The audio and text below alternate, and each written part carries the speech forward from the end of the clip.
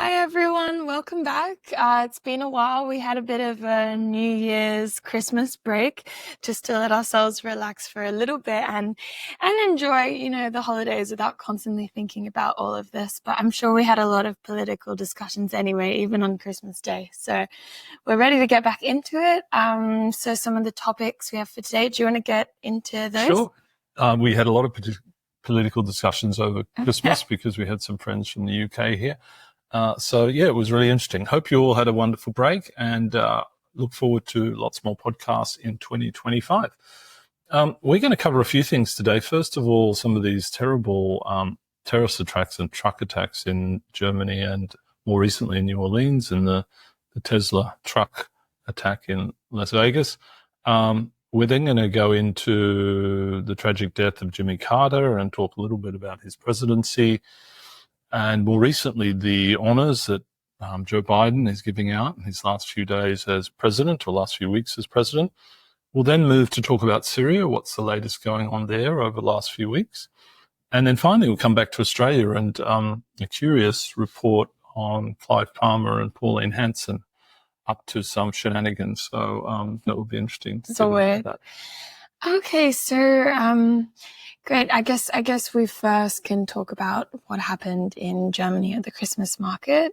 It was a horrendous attack of a guy in a car mowing over a lot of people at a Christmas market. I think 5 people killed and about 280 injured, which is insane to think about. Such high numbers for such a horrific event, and it's such a happy time as well. I don't think we knew about it until a day or so after because we were enjoying the holidays so much, and to think that someone else had been trying to enjoy their holidays, but obviously it didn't go the way they planned. But terrible tragedy, and of course Olaf Scholz, the lame duck Chancellor of Germany, showed up to obviously at site.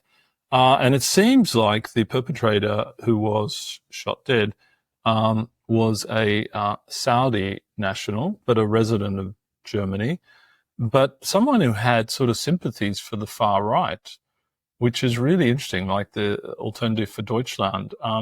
So it will be fascinating how Alternative for Deutschland plays this, because they'll probably play it as, a refugee did this, or someone from the Middle East did this. But it's rather more complicated than that. But of course, that's the narrative they'll probably run with. But that's what's also just so terrifying about the far right. There's no logic to how they behave. Like people can have extremist beliefs in that direction and have disgusting feelings towards everyone, and the AfD can agree with the actions of someone. Not that they would ever publicly agree with this, but the AfD can be as racist and disgusting as a lone Saudi man who wants to just cause terror. And the fact that he could see the AfD and be inspired by them, by rhetoric that is so incredibly different to what he believes in, because obviously they would never accept him as a proper member of Germany, right? Of the current modern German state. But that he could be inspired by them. I mean, just what a bizarre idea, even to think about that. It is bizarre. Yeah. It really is bizarre. Obviously complex things going on in his head when he was doing that. And just whilst we're on Germany, I'm reading a great book at the moment, which is the biography of Alexei Navalny, who's obviously no longer with us after being murdered in Russia. I highly recommend the book. I mean, I'm only sort of halfway into it, but one of the nice anecdotes was he was recovering from his poisoning by the German security forces back in Germany. And the last day when he was about to leave hospital, his doctor was coming to visit him, and a woman came to visit. He didn't recognize her initially, and it was Angela Merkel. Came to see him, and they spoke for an hour and a half or something about the details of Russian politics. Yeah, we did. And I mean, we're incredibly big fans of Angela Merkel in our podcast. I would say that's one of the things that we ultimately always agree on. I know there's also, we were talking about the other day, a fantastic documentary on Netflix. If you haven't seen it, it's called Merkel. So check that out if you have time. But yeah, one of those great leaders. It's nice to look back on people who were so inspiring at such a time and such a, rock for the support of Europe. And even if they don't exist anymore, those type of formative people. Some will return. Yeah, they did exist at some point. So let's turn our attention to yet another car attack in New Orleans. Just happened recently. 35 people injured. I think no deaths so far. But the perpetrator claims to be representing Islamic State.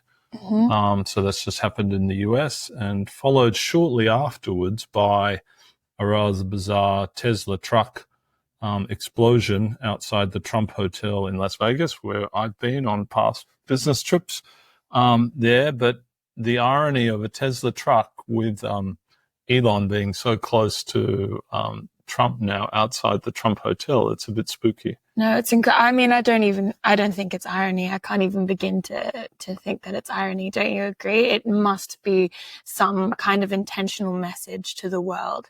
I mean, what are the chances that Elon's best creation in recent years, something he's incredibly proud of. Some people would argue whether the Tesla truck is his best creation. Okay, no, I think people would argue with it, but something he's incredibly proud of, just put out onto the market last year, right? Suddenly explodes besides another thing he's incredibly proud of, which is his involvement with the Trump administration. And he, I think, views the Trump administration as his own, passion project, like he viewed the Tesla truck. So the fact that someone has gone out there and committed such an awful thing, an explosion which luckily didn't kill anyone else. It did hurt other people, but it only resulted in the death of the driver. Again, Freddie, a real tragedy. This guy is a veteran, a Green Beret, highly awarded soldier. And before the car exploded, he shot himself and committed suicide. A great tragedy, though. What do you mean by that? Well, I think it's a tragedy, the mental health issue of someone who obviously is a very skilled person, and has obviously been impacted by war. But again, this complexity of what is the motivation? A bit like the German one, the Saudi national. What is the motivation? Again, what is the motivation? So again, these things could just be mental health issues and you can't have a logical motivation, but it's fascinating to think about it. Yeah, I suppose it definitely is. And I know that as well, they've been really trying to find a connection between the Las Vegas attack and the New Orleans one, since both of the men who orchestrated the attacks and who died in the process, they both served in Afghanistan and they were both members of the military for a significant period of time. And so they both would have that trauma. So there's been a lot of discussion around whether they knew each other, whether they were put in contact, because it is incredibly coincidental that they both happened on New Year's Day and the cars were both rented using the same rental app, which is interesting as well. Lots of small tidbits like that to bring together. But so far the FBI, or they've said at least that they haven't found any real connection between the two people. So we'll see how that develops. But if it's not a coordinated attack, then I suppose it just really says something about the nature of PTSD and the trauma that you experience when you go into a war zone, and how can that affect you for the rest of your life and how you participate in society. So yeah, pretty tragic on all levels.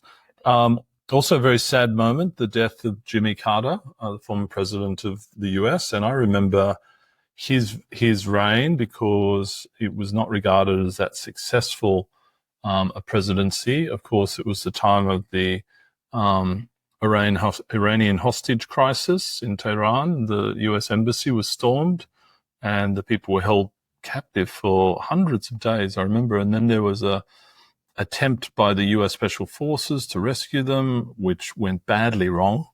Helicopters crashed, people were killed, it was unsuccessful, and it was a huge embarrassment to this incredibly powerful country, the US. And I don't think Jimmy Carter ever recovered from that in his presidency, and he was voted out after that.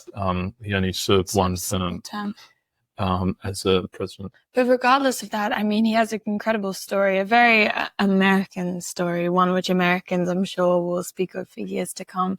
The fact that he was raised in a really small country town, worked as a peanut farmer in Georgia. In Georgia, yeah, it was Georgia, and then rose to become governor and then won the presidency is quite remarkable. You know, not having gone to university or being put on that path, as in the last few years, the presidents we've seen have been very well off and come from very well-known families. So it's interesting to see how a president in the past has really come from nothing and worked his way into that position. And then also, obviously, following the end of his term as president, he's done a lot of other great humanitarian works. Incredible stuff. You know, he was deeply involved in Habitat for Humanity, building houses and housing for in the developing world, and he was married to Rosalind, his wife, for I think 50 years or something. An incredible partnership.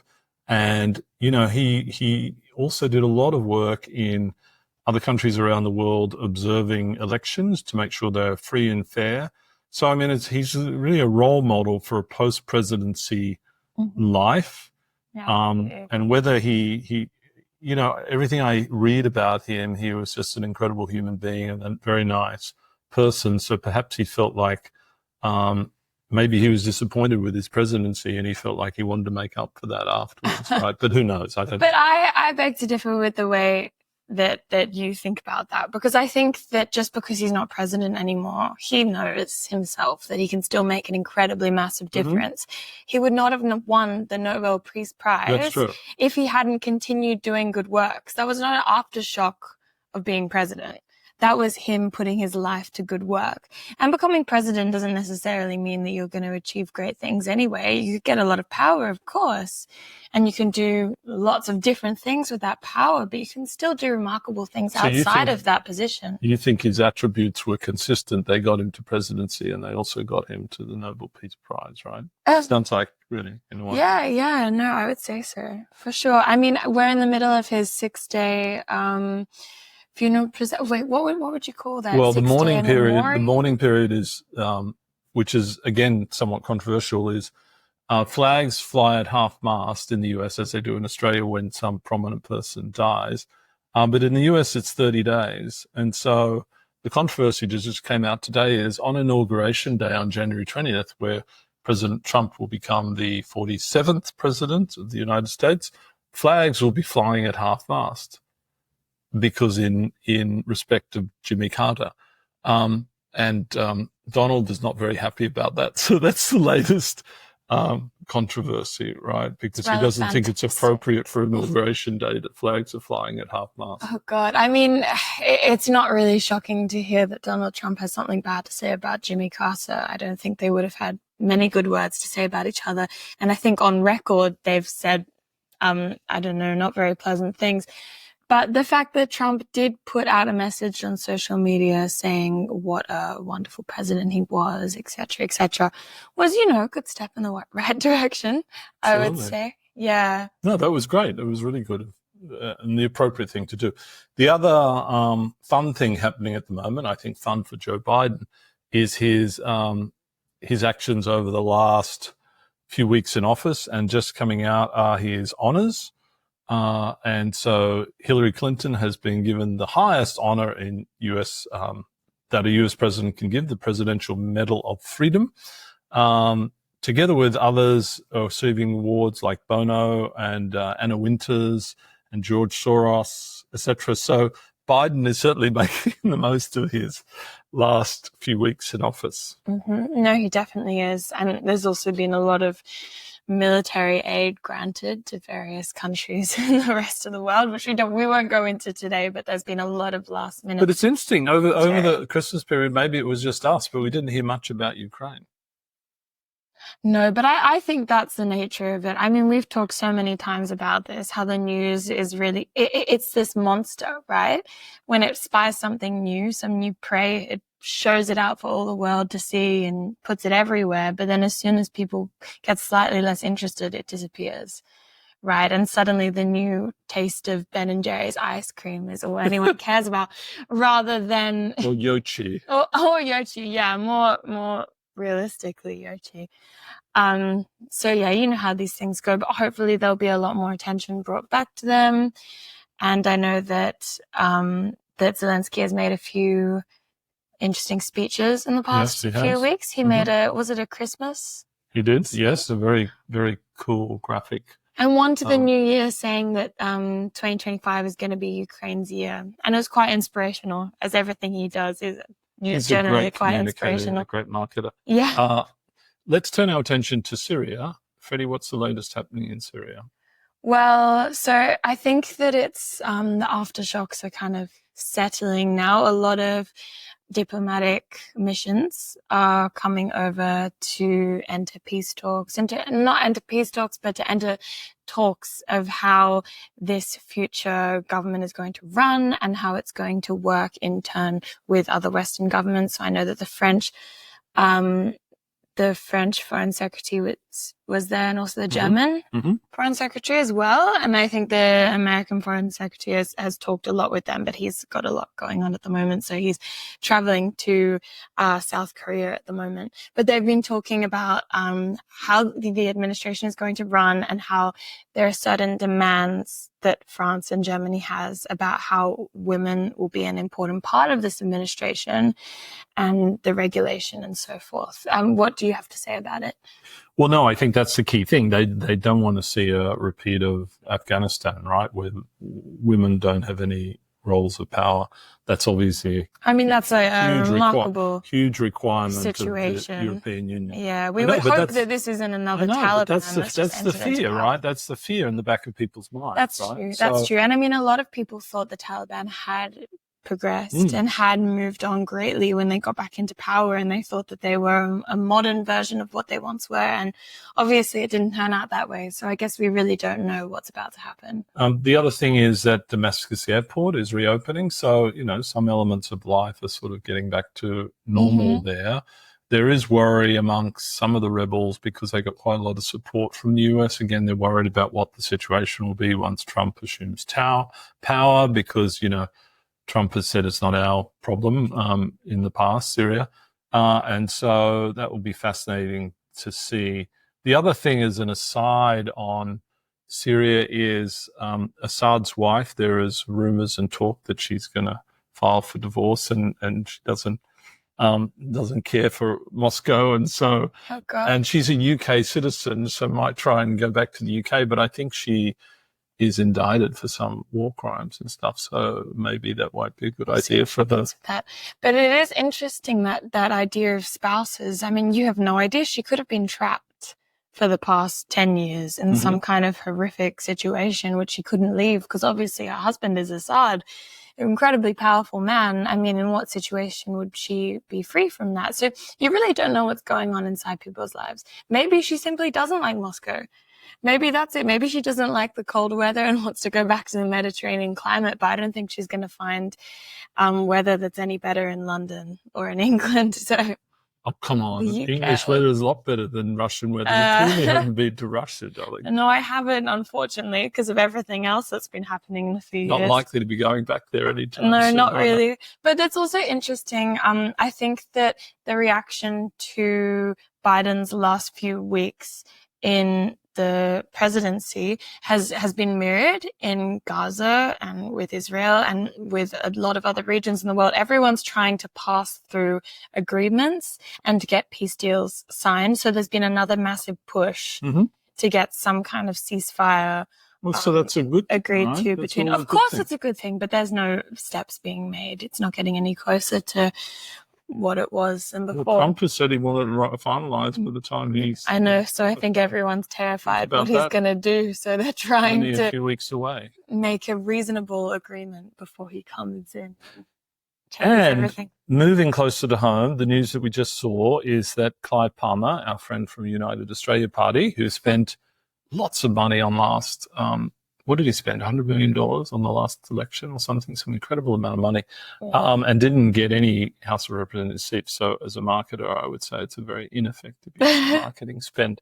Although I could not go a single day without hearing that little advertisement that he put on TV and on YouTube, but it still did nothing.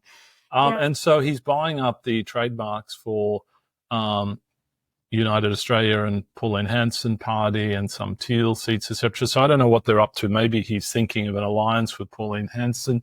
His party is deregistered, so he has to run under another party. Well, I was reading about that, and I think that there were some murmurs about the idea of them forming some type of party together and moving forward with that. But I think Pauline Hanson has said no to that only recently, but it's still a developing situation. It could be in negotiations. And they could be in negotiations right now. We have no idea, honestly, the minds of these people. I don't know what's going on inside them.